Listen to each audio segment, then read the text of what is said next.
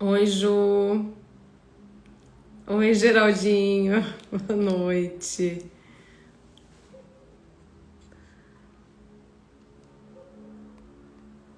Já vai entrar já, gente. A gente é pontual, hein?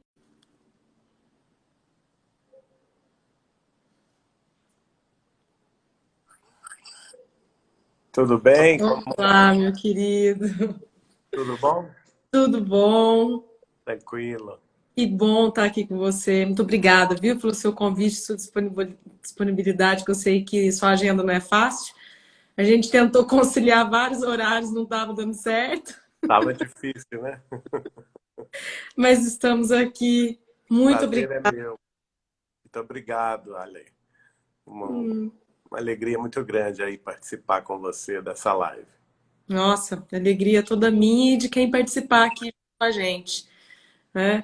Eu deixei um tema mais livre. Aliás, eu te mandei alguns temas, eu não sei se você chegou a olhar, mas eu acho que é tudo que você vem falando, né? Que eu venho acompanhando. E, Geraldinho, eu acho que eu te conheço já há muito tempo, só que eu esqueci de você. E um belo dia eu estava passeando aí por alguns vídeos e você entrou. E aí, aquilo, e o que você vinha falando me chamou muita atenção e eu parei. Eu lembro que eu parei assim, não faz muito tempo isso. E eu parei para te ouvir. Eu falei assim: nossa, quem que é esse rapaz mesmo? Eu fiquei tentando puxar pela memória, mas ao mesmo tempo a sensação que eu tinha, a energia era muito familiar.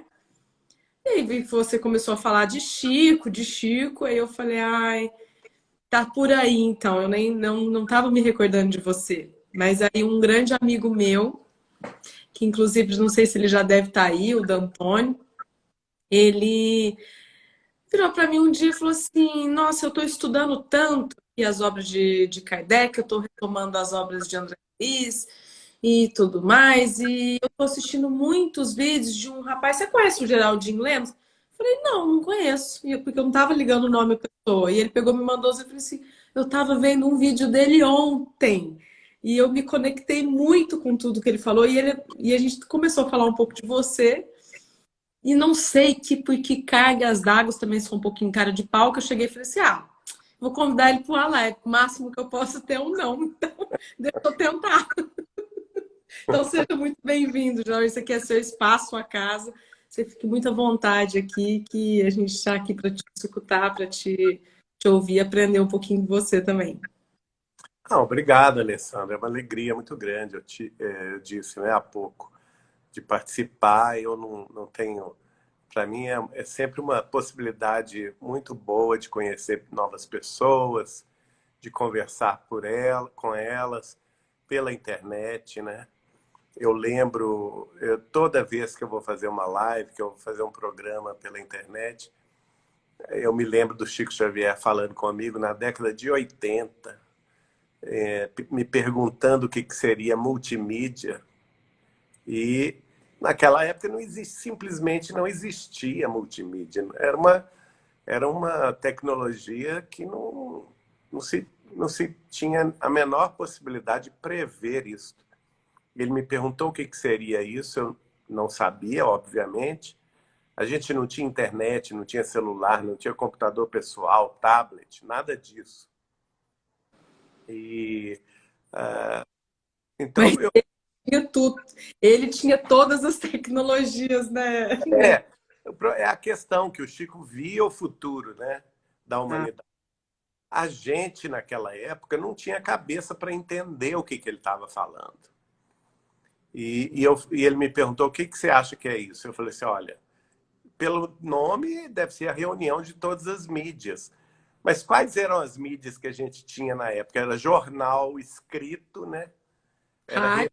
revista publicada em papel e televisão, nada mais, cinema, nada mais do que isso.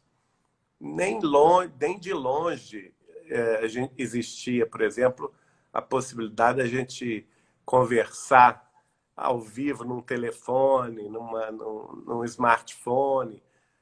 Nem de longe havia a possibilidade da gente conhecer o que seria no futuro a internet, a possibilidade de você estar em contato online com as pessoas no mundo inteiro na mesma hora e compartilhar, por exemplo, pensamentos, vídeos, nada disso existia, né? E eu então perguntei, Chico, mas por que você está me perguntando isso? E ele, assim, solenemente, ele me disse, olha, porque os espíritos estão me dizendo que chegará o dia em que a doutrina espírita será divulgada em multimídia. Então, já chegou esse dia, né? Esse dia já chegou. Eu não sei se o pessoal acho que quem não teve contato, assim, pelo menos com as obras dele, com a grandeza dele, assim, né? Essa humildade em pessoa que ele sempre foi, não vai conseguir alcançar, né, o entendimento de saber o tamanho do Chico, a importância que ele tem assim, para o nosso planeta, para esse momento que a gente está passando, essa transição, né?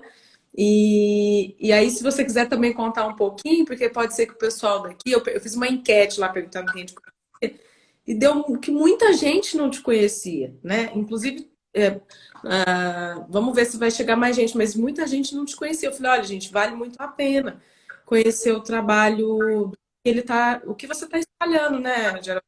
Eu acho que A faz gente, da continuação aí da que você é um pedacinho também da. eu tive a alegria, eu acho que uma bênção na minha vida, sem sombra de dúvida, que é assim, não tem como avaliar essa bênção que foi ter uma ligação familiar com Chico Xavier, né? A partir da família de minha mãe materna, que é da mesma cidade natal dele, Pedro Leopoldo, minha avó, meus tios avós, minha bisavó. Então, desde muito cedo eu ouvia casos e fatos sobre a vida de Chico. Eu ficava assim, criança, querendo entender quem que era aquele homem tão diferente que todo mundo falava nele e que os meus familiares sempre comentavam um caso ou outro, né? Sobre a vida após a morte, sobre a comunicação de espírito, né? De pessoas que já tinham morrido da família, que escreveram através do Chico Xavier, e eu ficava assim, nossa, que coisa diferente, né? E com vontade de conhecer esse homem tão diferente do comum. E somente quando eu fiz 19 anos, em 81, que eu o conheci em São Paulo, a convite de uma tia-avó, a Nair, e a partir daí me desenvolvi uma amizade muito grande com ele. Depois também me casei com a Eliana, da Cunha Borges. O irmão dela morava com o Chico, em Uberaba. Então a nossa ligação familiar ficou mais estreita, porque pelo menos uma vez no mês a gente ia visitar o Vivaldo, que era o irmão dela, e o Chico. Aí eu passei a participar dessas tardes, noites, infindáveis, porque o assunto não acabava, né? O Chico Xavier tinha uma alegria de viver e uma presença de espírito tão extraordinária, você não conseguia parar de ouvi-lo, né? Você não se cansava. Podia ser 5 horas da manhã, que você, mesmo com sono, você queria ficar ali do lado dele ouvindo aquelas histórias. Então, isso não tem preço, realmente. Não, não E tem. É eu, uma fonte de amor, né? Uma fonte é uma, inesgotável. é uma fonte inesgotável, sempre foi, né? Não é porque apenas no período que eu convivi com ele, claro que não. Todos os testemunhos em torno da vida e da obra dele, desde quando ele era criança. Por quê? Os meus familiares, eles conviveram com o Chico quando o Chico era criança. Minha avó, por exemplo, foi colega dele de grupo escolar. Essa minha tia Nair, que me deu a conhecer Chico Xavier, que foi ela que me convidou, ela morava em São Paulo, E ela me convidou, ela sabia que eu queria conhecer o Chico, né? E eu sempre pedi a ela, não, quando você tiver uma oportunidade de estar com ele, me leva junto. E ela trabalhava no Centro Espírita União, em São Paulo, dirigido pelo casal Gauss. E uma vez por ano, o Chico ia lá, fazia uma reunião pública lá, no mês de outubro, que é o mês em homenagem a Allan Kardec, né? Allan Kardec nasceu no dia 3 de outubro, e ele costumava lançar livros dele lá, que era livros da edição do próprio centro, que chama, eles têm uma editora chamada CEU, C-E-U. E nesse dia, Tianair me ligou um pouco antes, claro, na semana anterior, e falou assim, olha, ele está vindo no dia 14 de outubro, era o ano de 81, né, 1981, e se você quiser, eu vou trabalhar no lançamento de 2 livros dele. Se você quiser, você vem para cá em São Paulo e a gente vai junto, eu te coloco do meu lado, trabalhando do meu lado, e no final eu te apresento o Chico. Fui correndo, né? Peguei o avião, fui para a casa dela, em São Paulo, que eu residi em Belo Horizonte, e a partir daí foram 21 anos de convivência, né? Depois de 84, que eu me casei com a Eliana, a convivência ficou mais estreita, porque o irmão dela, morando em Uberaba, a gente ficava na casa do Chico. E era estranho o seguinte, porque essa minha convivência familiar, que tinha aquela familiaridade dos meus tios avós, dos meus primos com o Chico, desde a infância do Chico, né? Da minha avó também, com aqueles casos todos, e o Chico gostava muito da família Machado toda, né? Eu tenho uma carta dele lindíssima, em que ele fala com muita emoção, escrevendo para um tio, avô meu, Walter, dizendo que ele gostaria de ter tido a bênção de ter nascido filho de Dona Georgina na família Machado. Quer dizer, isso não tem... É uma coisa assim, é uma pérola, né? E a partir daí... Ele também sofreu tanto quando criança, né? Com a mãe. Nossa, sofreu.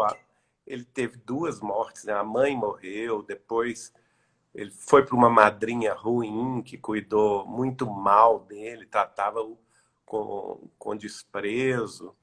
Depois, a segunda mãe que ele amou tanto, que foi a segunda esposa do pai dele, também ele perdeu muito cedo. Perdeu vários irmãos. Então, o Chico teve uma vida muito difícil.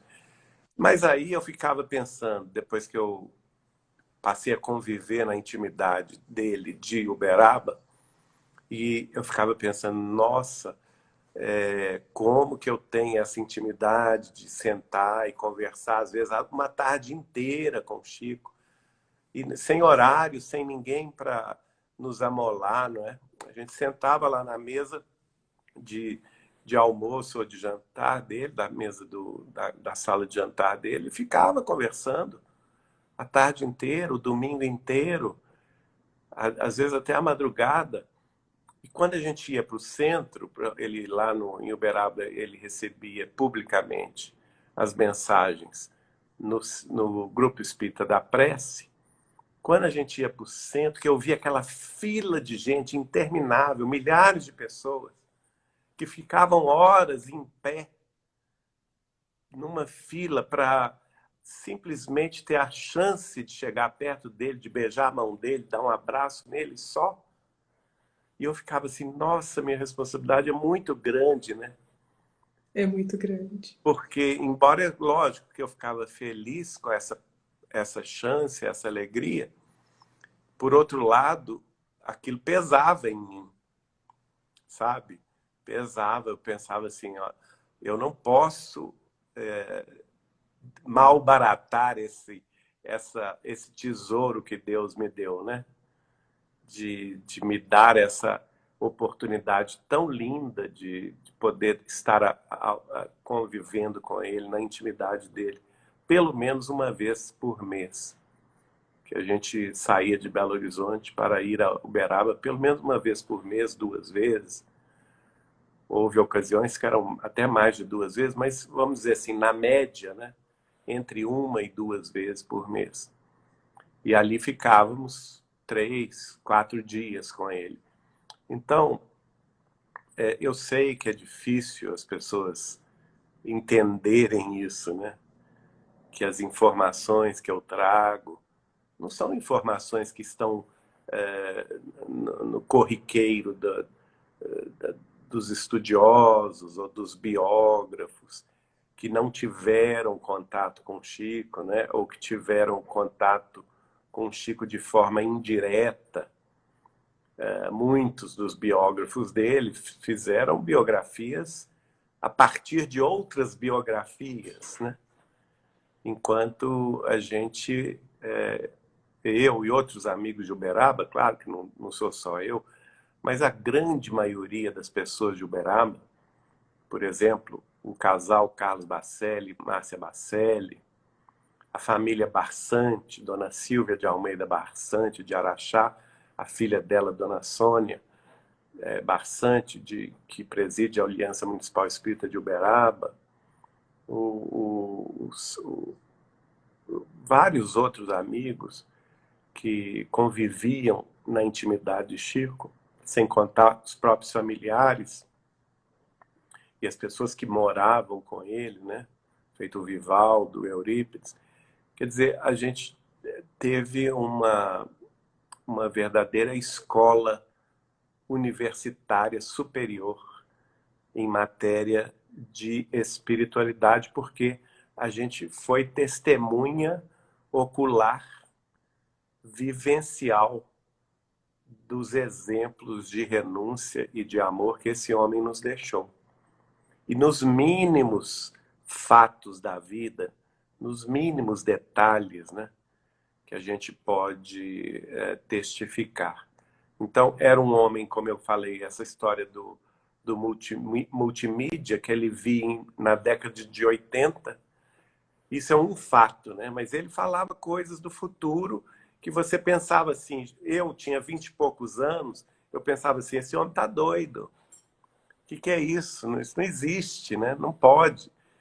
E acaba acontecendo com o passar dos anos, né? Já se vão aí do ano que eu conheci, 39 anos, agora em outubro. Então eu vejo que muita coisa que ele falava conosco, prevendo o futuro, já aconteceu.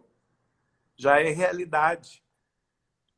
E até um médico espírita muito conhecido, que é o Dr. Décio Iandoli Júnior, que hoje reside em Campo Grande, no Mato Grosso, ele brinca, olha, no campo da medicina, eu digo a vocês, grande parte do que o espírito de André Luiz escreveu através do Chico Xavier se confirmou. O que ele escreveu na década de 40, de 50, de 60, 20, 30, 40 anos depois, a ciência chegou naquela mesma conclusão. E isso ele tem palestras sobre isso, eu também já fiz várias palestras sobre isso.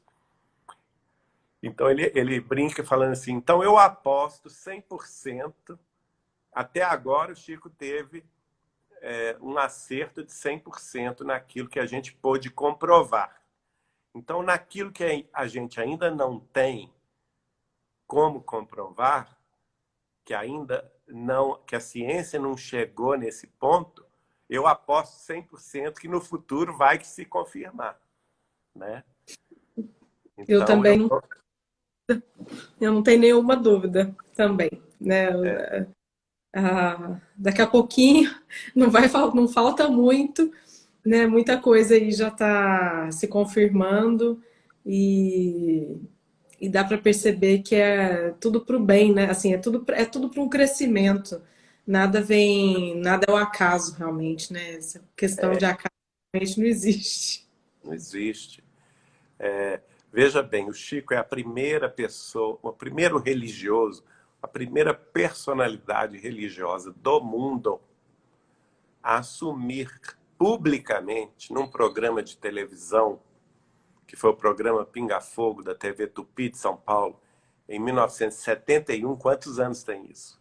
Quem não assistiu pode ver no YouTube, caça lá, programa Pinga Fogo, que tem completo lá. Que durou muitas horas e durou acho que dias, né? 4 dias, dois Não, dias. não, não. São dois programas, na realidade.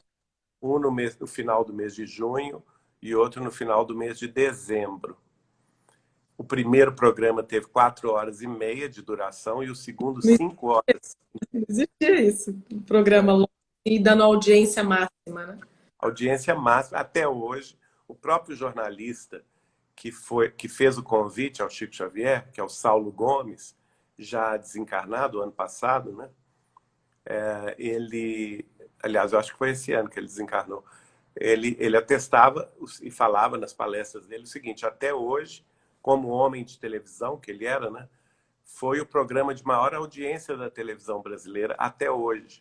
Nenhuma novela e nenhuma Copa do Mundo alcançou a audiência que esses dois programas Pinga Fogo alcançaram na década de 70, com mais de 80% dos televisores ligados ouvindo Chico Xavier por horas.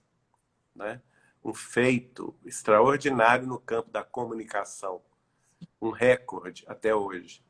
Então, é interessante a gente pensar nisso, né? Mas eu estava dizendo que nesse programa o Chico Xavier foi a primeira personalidade religiosa do mundo a assumir publicamente, ao vivo, porque o programa não foi gravado e depois ser transmitido, não teve edição, não teve nada.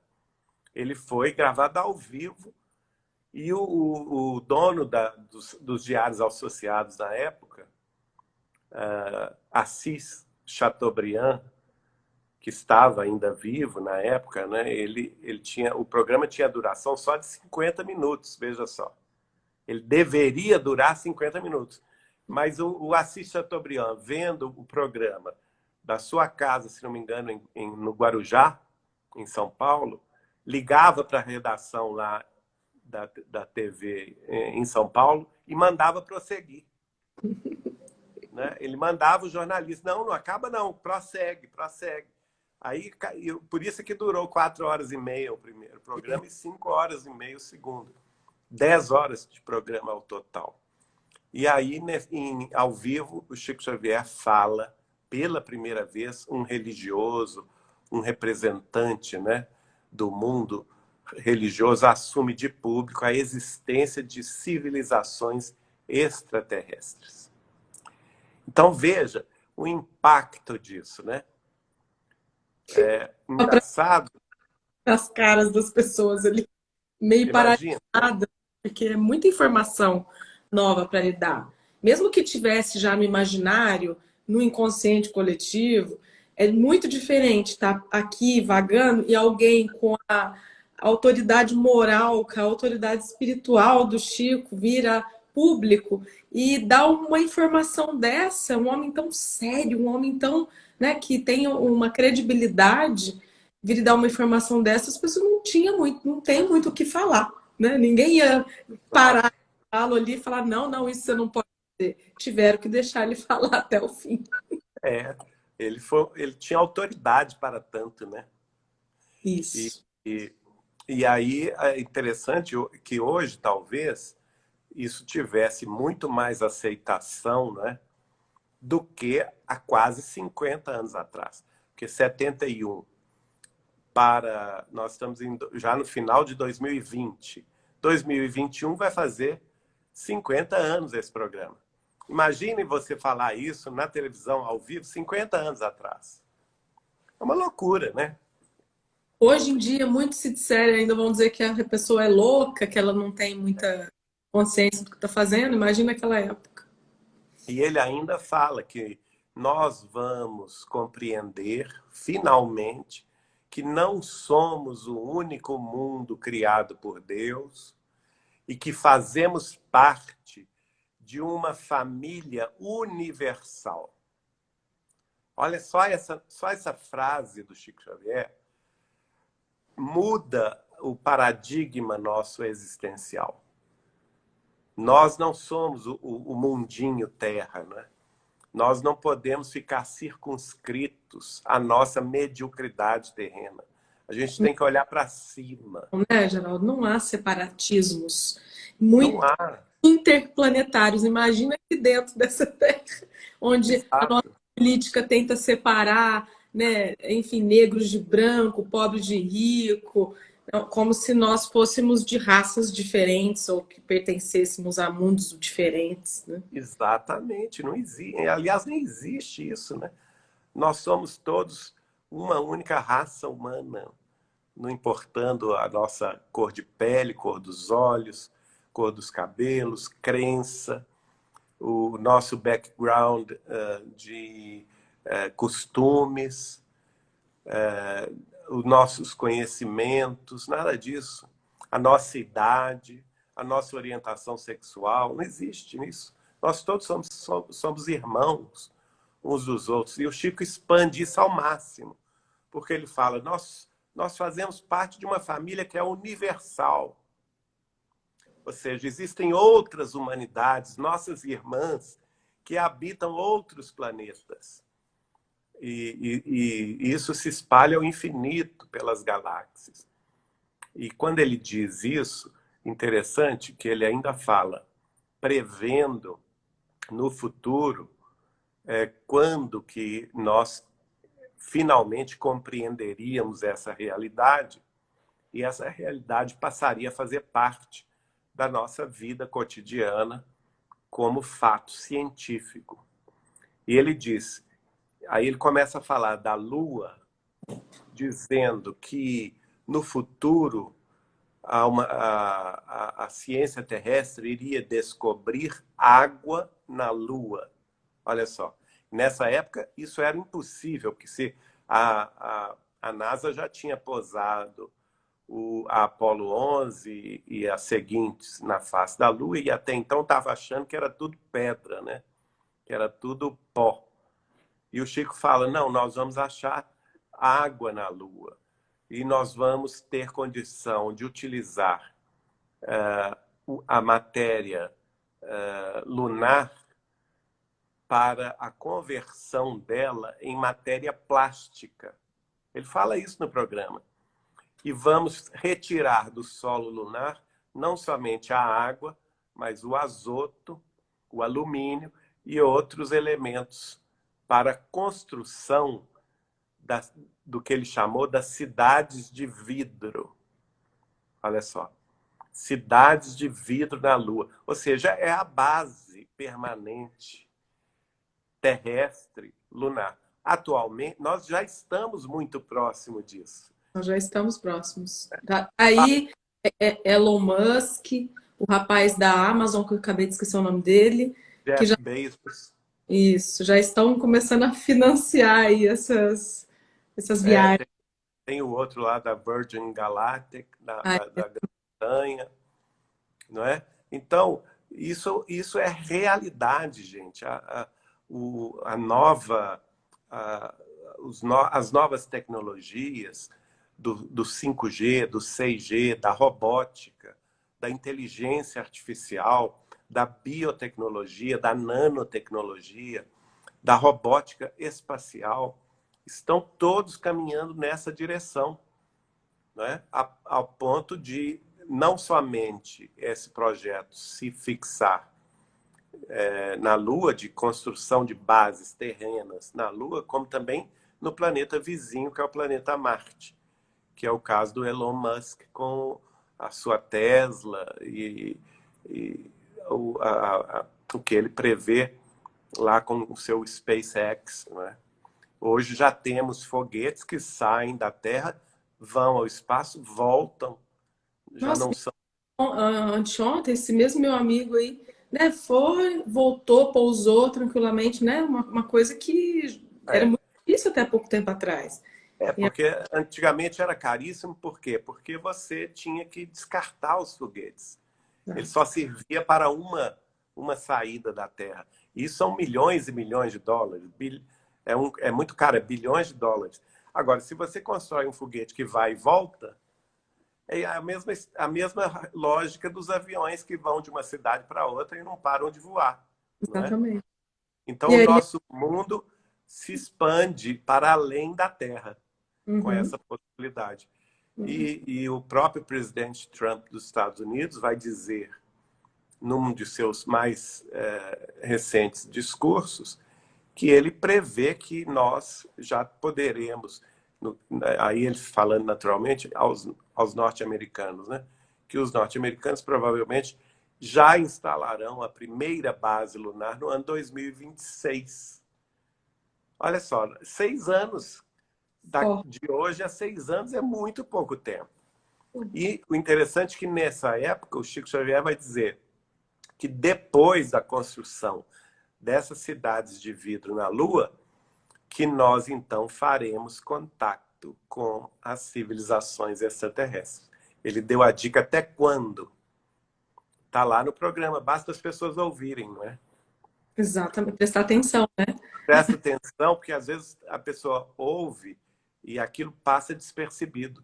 Quando na realidade o Chico está dando uma dica importantíssima em relação ao futuro da humanidade, que não aconteceu, mas eu tenho 100% de certeza de que vai acontecer, não é?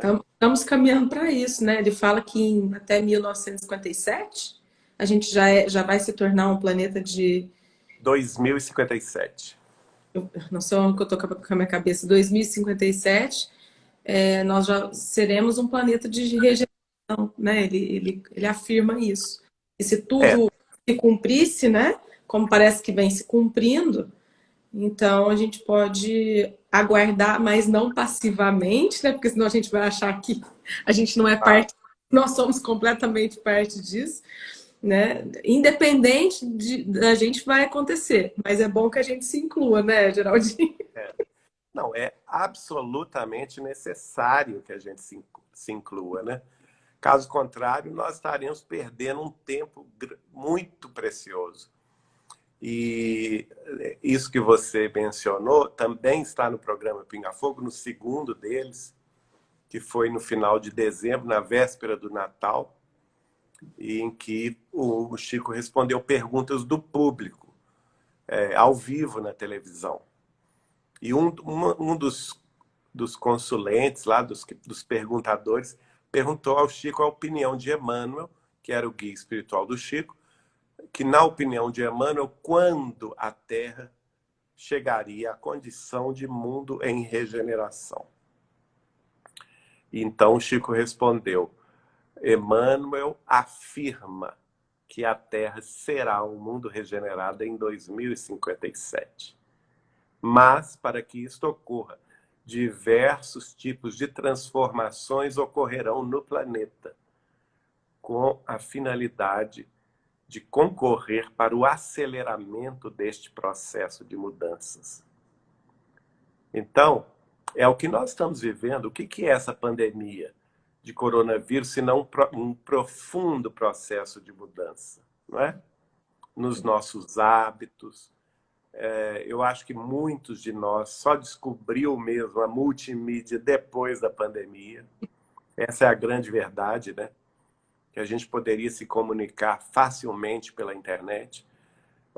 Eu mesmo, nas nossas atividades, embora eu já tivesse programas na internet, mas com essa frequência de todos os dias estar falando com alguém ou algum grupo no mundo inteiro. Hoje mesmo eu gravei um programa de 2 horas com Londres, né? de 15h30 até as 17h30, horário do Brasil, quase 2 horas, deu 1h30 na realidade. 1h30. E tá E lá tá lá no seu canal, Saber Espiritismo? já está em alguns outros canais ainda. Geralmente eu coloco no meu canal depois, porque eu acho que é um respeito a quem está gravando também, né? E Tá em inglês então está ou em não? inglês. Tá em O inglês. programa de hoje foi em inglês e foi com amigos de lá, da Inglaterra, que ingleses e brasileiros que lá residem. Mas hoje já foi postado na Kardec Radio, que, aliás, eu recomendo a todos de língua inglesa, ou vocês que conheçam alguém que não fala em português, né? Porque, infelizmente, a maioria dos livros espíritas do Chico Xavier e de Kardec só tem em português. De Kardec não tem em inglês. A quantidade, por exemplo, o Chico tem 530 livros já publicados até hoje. Isso é muita coisa. É muita coisa. A maior obra em língua portuguesa do mundo. Mais de 50 milhões de exemplares vendidos no mundo inteiro. E sem ele, um centavo. É bom deixar claro isso. Ele poderia ser multimilionário, né? Mas nunca recebeu qualquer centavo por essa obra. Ao contrário, sempre doou os direitos autorais às obras de caridade e às editoras e divulgadoras da mensagem espírita cristã. Então, muito poucos desses livros são vertidos para o inglês. E existe esse trabalho magnífico da nossa amiga Vanessa Anceloni, que reside na cidade de Chantilly, em Virgínia, nos Estados Unidos. Há alguns anos, acho que há 9 anos atrás, ela fundou a Kardec Radio, que é a única rádio espírita cristã do mundo com 100% de programas em inglês. E já fez, só para você ter ideia, ela já fez, acho que mais de 6 mil programas. Nossa, muita coisa, muita coisa. E aí tem os convidados que estão... Eles vão falando sobre espiritismo. Sobre espiritismo, sobre ciência também de ponta, né? Ela entrevista também cientistas que estão muito ligados à questão da espiritualidade, nas pesquisas científicas, em relação à mente, em relação à mediunidade, em relação à sensibilidade mediúnica e também sensorial. Mas, claro, principalmente ela vai enfocar a obra de Kardec e a obra de Chico Xavier. Então, eu recomendo que vocês conheçam a Kardec Radio. Está na internet, está no Facebook, está no YouTube e tem o seu canal que atinge os programas que chegam a atingir mais de 100 mil pessoas no mundo inteiro. Nossa, que coisa boa. Esse programa que eu gravei hoje foi ao ar na Kardec Radio simultaneamente com a Spirit Society of Bournemouth e mais algumas da Inglaterra. Então, e aí ela tem canal no YouTube e ela deve ter também Spotify, esses outros... né? E tem no Facebook também. Procurem lá, Kardec Radio. Depois eu acho também e linko aqui para as pessoas arrastarem a tela e conseguirem cair lá direto. É interessante porque a gente sempre conhece pessoas desse idioma, né? Ou norte-americanos, canadenses, britânicos, que não têm acesso ao português, que não sabem ler o português. Então, é uma forma de divulgar os conhecimentos de Kardec e de Chico Xavier através da informação em inglês. E eu recomendo. Uma pergunta minha, uma curiosidade minha, eu não sei realmente. E você tem uma mediunidade ostensiva, assim, Geraldinho? Tenho. Eu psicografo, mas não. Eu já publiquei 3 livros da minha psicografia. Eles estão na Amazon. O primeiro deles é o Réstia de Luz. O segundo deles é o Inácio de Antioquia. Eu conheço. Eu não sabia que era... E o terceiro, que foi publicado no início do ano, chama-se Candeia da Alma. Também já ouvi falar no Candeia da Alma, não sabia que era você o autor. Quer dizer, o autor não, né? O psicólogo. Eu sou o médium, né? Os autores são os espíritos, né? Exatamente. Mas querendo ou não, né? Você é o instrumento ali também, está fazendo parte da obra, né? Fundamental também. Que legal, não sabia. As pessoas podem acessar na Amazon, procurando fica mais fácil assim, procurando pela Vinha de Luz Editora. Que aí a Amazon vai listar todos os livros da Vinha de Luz E a Vinha de Luz publica também os livros do Chico Xavier, que a gente teve a felicidade de publicar, né? Geral, fiquei sabendo também, Geraldinho, através de você, obviamente, depois da morte do Chico, que começaram, muitas outras obras começaram a ser editadas, né? Conta um pouquinho isso pra gente, que essa foi nova para mim, eu fiquei sabendo disso há pouco tempo. Quando o Chico Xavier desencarnou, que foi no dia 30 de junho de 2002, portanto, Inesquecível, eu nunca vou esquecer esse dia. é o dia da Copa do Mundo, né, que o É. Brasil ganhou da Alemanha. E ele, quando ele desencarnou, ele tinha publicados, naquela ocasião, 438 livros.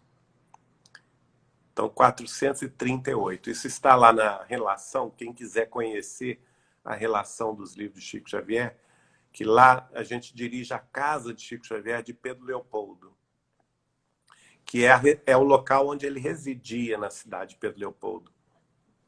Vocês podem conhecê-la virtualmente no site casadechicoxavier.com.br. Lá a gente fez um trabalho de catalogação de todos os livros publicados do Chico Xavier por todas as editoras. Então, chegamos à conclusão que quando ele desencarnou, existiam já publicados, 438 livros. E a partir daí, o que aconteceu? Não somente ele nos destinou, por exemplo, à minha guarda, ele destinou o arquivo dele de Pedro Leopoldo, através de familiares dele. Outras famílias muito amigas do Chico, em Pedro Leopoldo, em São Paulo, em Belo Horizonte, no Rio de Janeiro, em Petrópolis, em Goiânia, Goiás, Bauru, Ribeirão Preto, Franca, enfim. Essas famílias amigas de Chico Xavier também tinham muito material de psicografias inéditas do Chico. E com o passar do nosso trabalho no campo da divulgação da obra do Chico, e principalmente do livro, né? Porque a gente, durante a década de 80 e 90, nós fundamos o departamento editorial da União Espírita Mineira. Naquela época, publicamos 10 livros da Lavra do Chico Xavier. O Chico ainda estava encarnado. Então, as pessoas começaram a me procurar. Eu não, vamos dizer assim, eu não fui atrás de nada, né? As pessoas que passaram a me procurar oferecendo esses originais. A gente tem esse arquivo dos originais. A gente, inclusive, eu vou dar notícia pela primeira vez aqui através desse canal, a gente está fazendo o escaneamento dos originais psicografados por Chico Xavier. Nossa, que notícia boa essa! Finalmente alguém vai fazer esse trabalho. 70% já está escaneado, de forma que vamos colocar na internet e as pessoas vão poder ver a letrinha dele, da psicografia dele, desses livros que nós publicamos, né? E é muito, muito bacana, porque está muito bem conservado. Quero agradecer de coração a nossa querida dona Wanda Amorim Joviano. Ela hoje reside na cidade de Petrópolis, já passou dos 90 anos de idade, né? E se não fosse ela, muitas dessas coisas teria se perdido, porque ela era colega de Chico Xavier no trabalho dele, na Fazenda Modelo de Pedro Leopoldo, e filha do chefe do Chico, no departamento lá do Ministério da Agricultura, que chamava-se Fazenda Modelo, lá na cidade de Pedro Leopoldo, Dr. Rômulo Joviano, que já era espírita antes do Chico ser espírita, né? Então a família, como ela já era espírita, quando o Chico foi trabalhar lá, a partir de 1932, 31, 32, e quando ele passou no concurso público para ser funcionário público federal do Ministério da Agricultura em 35, então a família o abraçou com muito carinho. E ele participava de um culto do Evangelho no Lar 2 vezes por semana na casa, na sede da Fazenda Modelo, junto do lado dos familiares da família Joviano. E ali ele psicografava toda semana. Imagina, 18 anos isso aconteceu. Que bênção para essa família, né? Meu Deus do céu. Pensar E que assim, casos como esse, nós temos vários casos de famílias amigas do Chico, como, por exemplo, a família Tavares, lá da cidade de Campos, dos Goitacazes, no Rio de Janeiro. Um grande beijo para a dona Hilda, para o Flávio, filho dela, que são muito amigos nossos, e do Chico, foram muito amigos do Chico. O esposo de dona Hilda, já falecido, foi um dos biógrafos primeiros do Chico Xavier, Clóvis Tavares. Né? Também guardaram muitas coisas. As famílias lá de Franca, de dona Leonor, por exemplo, que fundou uma bela instituição de caridade que hoje ampara os velhinhos doentes na cidade de Franca. Também tem muitos casos maravilhosos. O grande amigo nosso, Carlos Bacelli, com sua esposa Márcia, publicamos vários livros de casos deles também. Ele trabalhou com o Chico durante 25 anos consecutivos, lá no Grupo Espírita da Prece, e antes disso, na Comunhão Espírita Cristã de Uberaba. Então, são detalhes que vão se somando, né, de famílias amigas do Chico, em São Paulo, no Rio, em Goiânia, em Belo Horizonte, as famílias muito queridas da dona Neném Aluoto Beruto, que presidiu a União Espírita Mineira por 33 anos, a família de Martins Peralva Sobrinho. Esses aí foram amigos do Chico durante décadas, e todos eles nos entregaram assim preciosidades das suas correspondências, das mensagens que foram recebidas pelo Chico, né? E a minha própria família Machado, então, nem se fala, né? E todos eles conviveram com o Chico desde a infância do Chico. pois é. Eles me contavam casos do Chico com 5 anos de idade. E esses casos todos a gente vai colecionando e publicando. Né? Chico também não era bobo, não. Ele sabia escolher direitinho com quem que ele ia deixar, quem que ele ia confiar de deixar as coisinhas dele aí para que dessem continuidade, encaminhamento, né? Então o coração dele tinha sabedoria de saber com quem se aproximar. Então, fico feliz de saber que você é uma dessas pessoas, né? E que está nesse Olha, eu tempo. nunca pretendi ter essa posição Pois é, de você foi divulgador. Eu acho que eu fui mesmo forçado.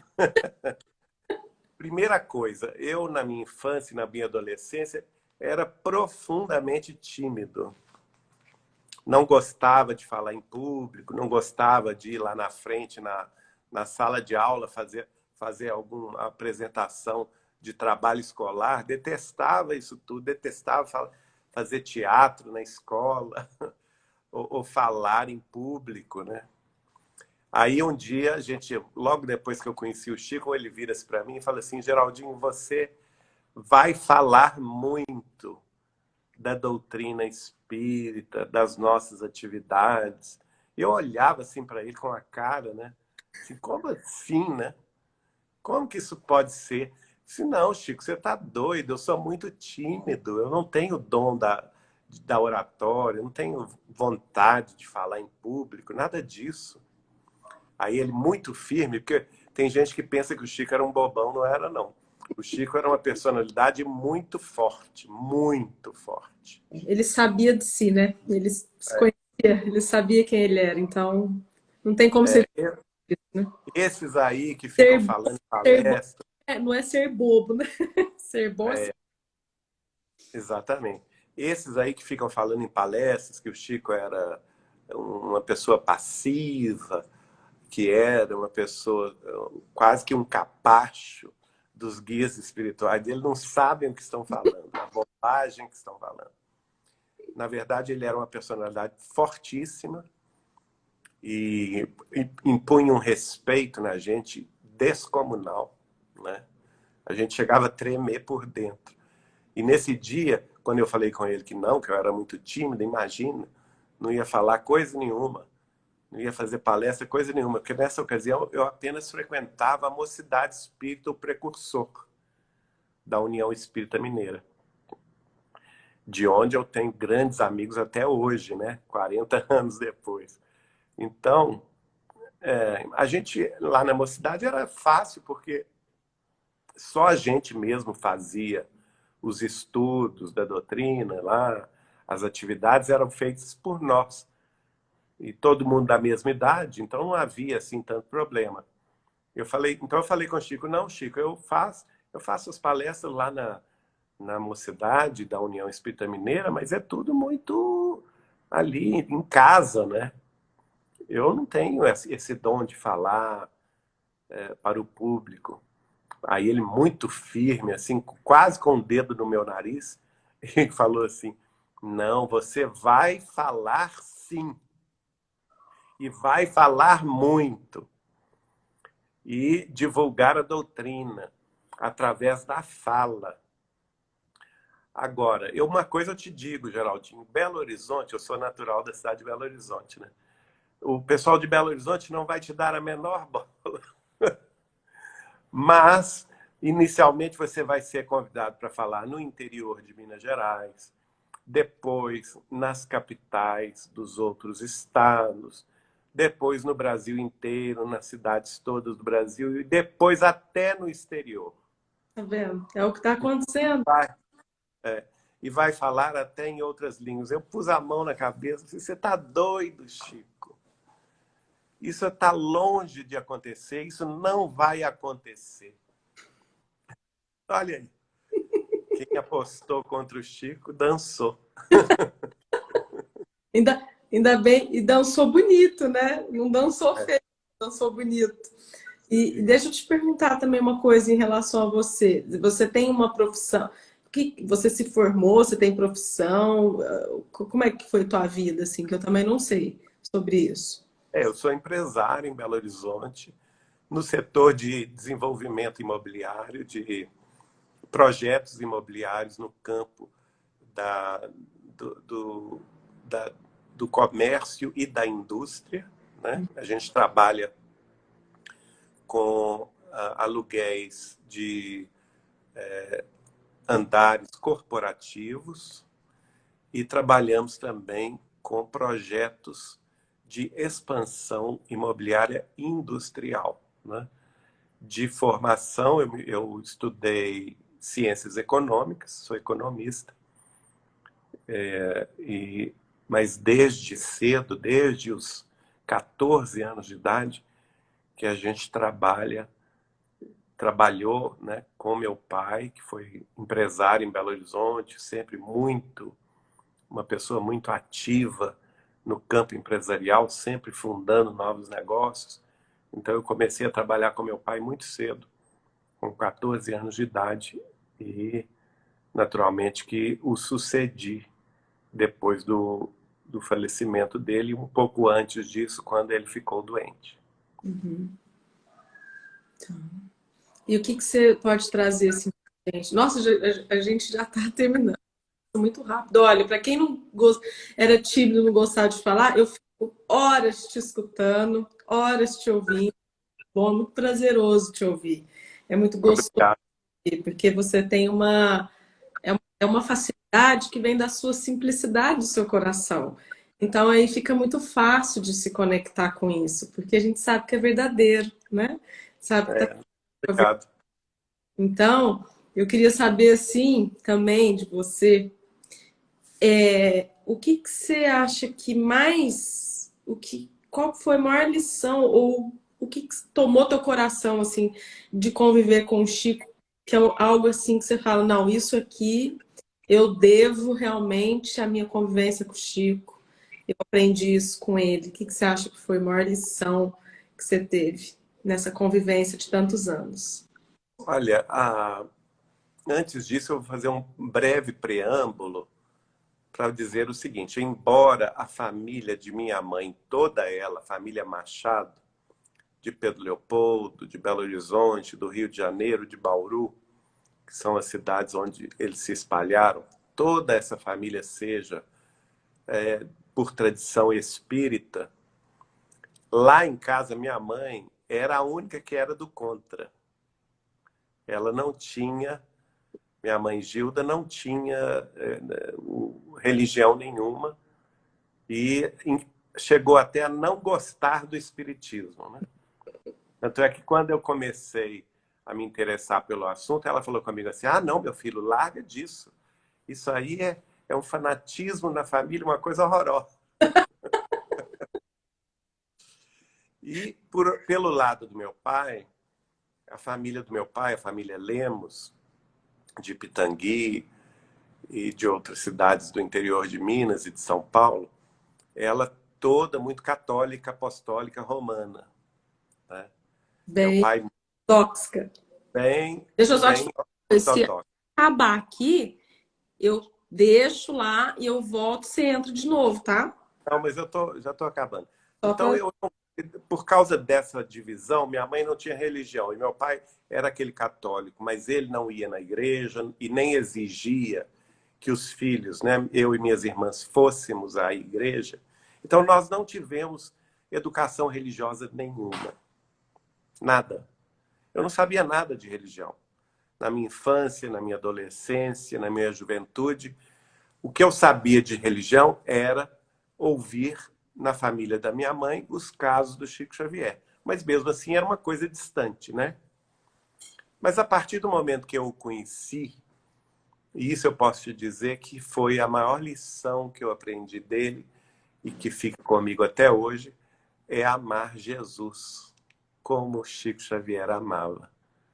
Ele, de certa forma, conseguiu passar isso para mim. Eu não tinha isso. Nem sabia, nem fazia ideia de quem era Jesus. Mas com a convivência com o Chico, com os casos que ele nos contava, quando ele falava de Jesus, quando ele falava de Maria de Nazaré, ele chorava. Eu já Ele tô... chorava copiosamente, a ponto das lágrimas molharem o paletó dele. E esse amor que ele tinha, e tem até hoje, claro, né, por Jesus, como que nos abraçou, como que nos contagiou. A palavra contágio no sentido positivo, né? Nos inspirou a amar Jesus e Maria de Nazaré também. Então esse é o que ficou. Ó, Jesus aqui atrás de mim, ó, essa tela que eu ganhei lá do pessoal de Portugal, da Casa do Caminho de Lisboa. Mas, então, eu não tenho como dissociar a figura de Chico Xavier da figura dos maiorais do cristianismo, que é a figura de nosso Senhor Jesus Cristo e de nossa Mãe Santíssima Maria de Nazaré. Então, a gente está bem ligado por aí, tá? Não tá, a gente não está fazendo esse encontro, né? Porque eu acho que a minha ligação com o Chico, que já é desde muito cedo, que eu nem conhecia Chico, mas eu o via dentro da minha cabeça, eu não entendia direito como é que era aquilo. Mas eu também, quando criancinha, tive umas experiências com Jesus muito fortes. E eu acho que. E antes da gente começar essa live, eu fui tomar um banho, tudo, né? Me preparar para a live. E Chico tá sempre. Jesus, Chico tá sempre comigo. Tá sempre em mim, assim. Parece que eu tô meio mergulhada nesse campo, assim, sabe? E aí eu fechei os olhos, senti a água cair, assim, e veio o Chico, assim, com aquele sorriso dele, assim, sabe? Aquela alegria dele, assim.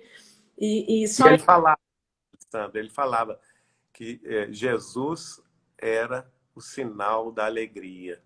Onde ele estivesse, a gente sentia alegria, felicidade. Era a presença de Jesus conosco. E é uma grande alegria, estou muito emocionada. É uma grande alegria te ter aqui, viu? Obrigado. Grande beijo aí no seu coração. Tá Gostei virtual, muito. mas eu ainda espero te encontrar pessoalmente, dar um abraço. Tá bom, querida. Um beijo no pessoal todos aí. Obrigada a todo mundo. Boa noite. E até daqui a pouquinho. Boa noite. Obrigada, Geraldinho. Obrigada, obrigada, Obrigado. obrigada. Depois compartilha.